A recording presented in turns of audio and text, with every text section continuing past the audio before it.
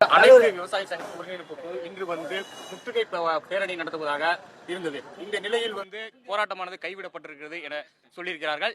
இந்த தமிழ்நாடு அனைத்து விவசாய சங்கங்களின் ஒருங்கிணைப்பு தலைவர் நம்மோடு இருக்கிறார், PR பாண்டியன். அவரிடம் கேட்கலாம். சார், இன்னைக்கு என்ன பேச்சுவார்த்தை நடந்தது, என்ன சொன்னாங்க?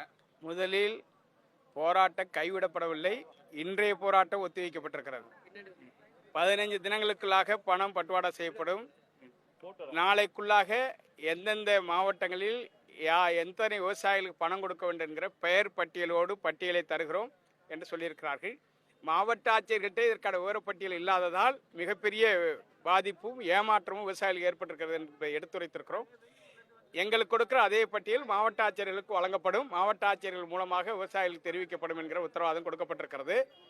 ஆனால் அங்கே எடுக்கப்பட்ட முடிவின் அடிப்படையில் 15 தினங்களுக்கு பணம் வழங்கப்பட உத்தரவாதம் கொடுக்க வேண்டும் என்கிற முடிவை எடுத்தோம். அதனை தான் இவர் அறிவிப்பதற்காக அங்கிருந்து மேலாண்மை இயக்குனர் நமது தமிழ்நாடு நுகர்பொருள் வாணிப கழகத்தினுடைய பொது மேலாளர் வணிகத்தை அனுப்பி வைத்தார். அவரும் இங்கே விவசாயிகளோடு அழுத்தமான கேள்விக்கு இடையிலேயே அவரும் 15 தினங்களுக்குள்ளாக காலக்கெடு நிர்ணயித்திருக்கிறார். இந்த 15 தினங்களுக்குள்ளாக அந்த பணங்களை வழங்க வேண்டும். வழங்க மறுத்தால் முதலமைச்சர், அமைச்சர், சட்டமன்ற உறுப்பினர்கள், பாராளுமன்ற உறுப்பினர்களுக்கு எதிராக கருப்பு கொடி ஆர்ப்பாட்டத்தில் விவசாயிகள் ஈடுபடுவார்கள்.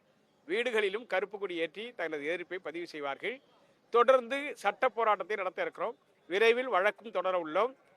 பணத்தை பெறுவதற்கான போராட்ட களத்தையும் தீவிரப்படுத்துவோம்.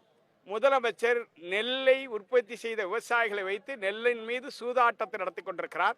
இந்த சூதாட்டத்திற்கும் விவசாயிகளுடைய பாதிப்பிற்கும் முதலமைச்சர் பொறுப்பேற்க வேண்டும்.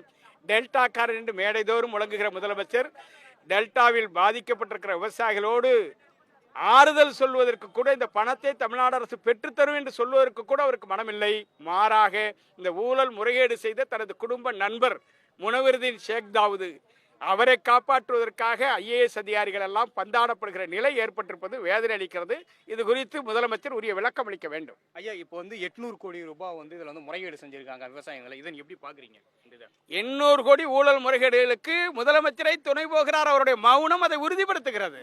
எனவே முதலமைச்சர் தான் அதற்கு விளக்கம் அளிக்க வேண்டும். நீங்கள் ஊடகங்கள் முதலமைச்சரிடம் கேட்க வேண்டும். இப்படி விவசாயிகள் பரிதவிக்கிறார்களே, விவசாயிகள் நெல்லை வைத்து சூதாடி இருக்கிறீர்கள் என்று கேவலமான வார்த்தைகள் வரையிலும் பதிவு செய்கிறார்களே, வாய் திறக்க மறுக்கிறீர்களே, உங்களுக்கு மனிதநேயம் இருக்கிறதா என்கிற கேள்வியை முதலமைச்சர் நீங்கள் நேரடியாக கேளுங்கள். எங்களால் அவரை சந்தித்து கேட்கிற நிலையில் நாங்கள் இல்லை.